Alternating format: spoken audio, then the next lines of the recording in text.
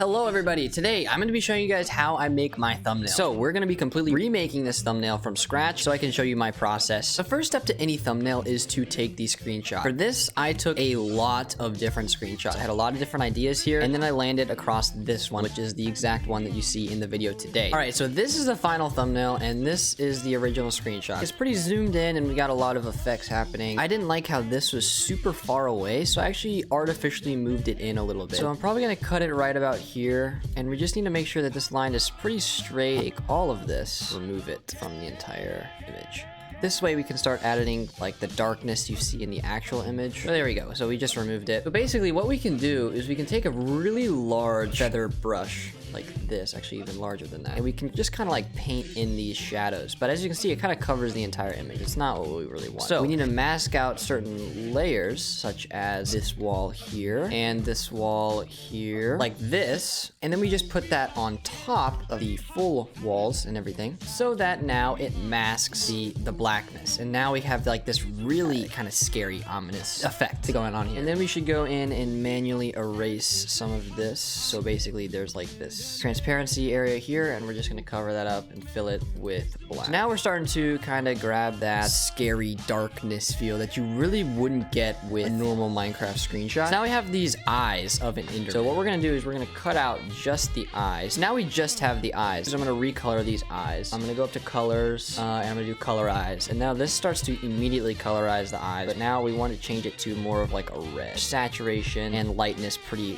bright. I'm going to scale this down and position it so that it is pretty high up and facing towards me. How we're going to do this is with the perspective tool, and I'm just going to kind of position it into place. All right, so now we have these eyes here. Just if I make it look like this, the person who's going to click on this thumbnail is like, bro, what is that, bro? That is so awful. So what I did in the original image is I added some glow. So this is super easy. A lot of people don't really do this in their thumbnails, and I think it just makes it so much better. We are going to go ahead and grab a very large brush of red, and we're going to turn down the opacity, something like 16%. Okay, so now you can start to add some glow here. Okay, perfect. Now this is looking really nice. Now you have this nice glow. All right, so I made the eyes completely white, and now it looks a lot better. It looks like the eyes are really emitting that light. This character is pretty dim. It's kind of dark. First thing is first, I do for all of my characters is I go ahead and cut them out. This takes a really long time. But now what we're going to do is create some cube shadows. So this is the technique I use in all of my thumbnails to get that nice shading look on all of the characters. So let me think about where the shadows are going to be on this character. The obvious place for shading is going to be underneath the neck. What I'm going to do is it's going to cast a shadow onto the chest. And so I'm going to mask out this chest, and I'm going to use the same technique as I used to add this black darkness over on the left-hand side. A smaller brush, large feather, and low opacity. And we're just going to paint these shadows in. So as you can see, it starts to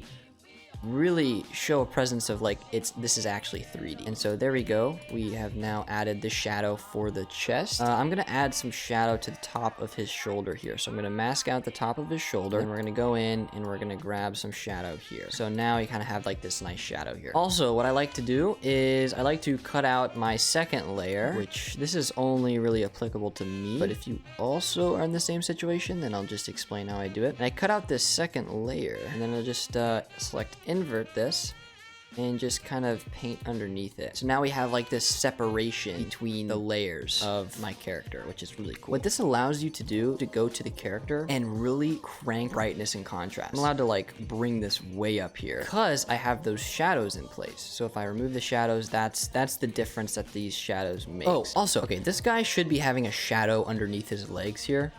So we're gonna go ahead and import that and mask out the floor. And so you can just add some contact shadow. So perfect. So now we have the shadow there. Also, I can add a shadow around my character, but I think that's fine. So I'm gonna go ahead and select the walls layer and kind of boost saturation and contrast. A lot of people are like, oh, I should really boost the saturation. If you boost the saturation, it looks like this. Oh my gosh, bro, who wants to look at that? What I do, I boost the brightness and contrast. You start to get like this really bright thumbnail. So now we have this really bright image. Okay, so this thumbnail is coming together pretty good. So now we need that day 7 on the side of this wall. But before I'm gonna do that, I want to resize the image. So right now we have a lot of dead space here, we have dead space here, we have dead space all along here, and as you can see in the original thumbnail, we literally cut out all of that. And then we're gonna go ahead and scale this up, and then we're gonna kind of position it right here. Maybe we can even scale it up even a little bit more, but that's fine. I'm gonna add the text. So this is perfect. Okay, so this is perfect. So now what we're gonna do, perspective shift this onto this wall. And it's pretty easy to do that. All you do is we take the perspective tool and we can perspective shift it to the side of the wall. And it's gonna take me a minute, so I'll be back once it's finished. All right, perfect. We have this day 7 plastered on this wall, and that's looking pretty good. Now we're gonna add a simple drop shadow. Now we added this drop shadow here. Oh no, we're clipping.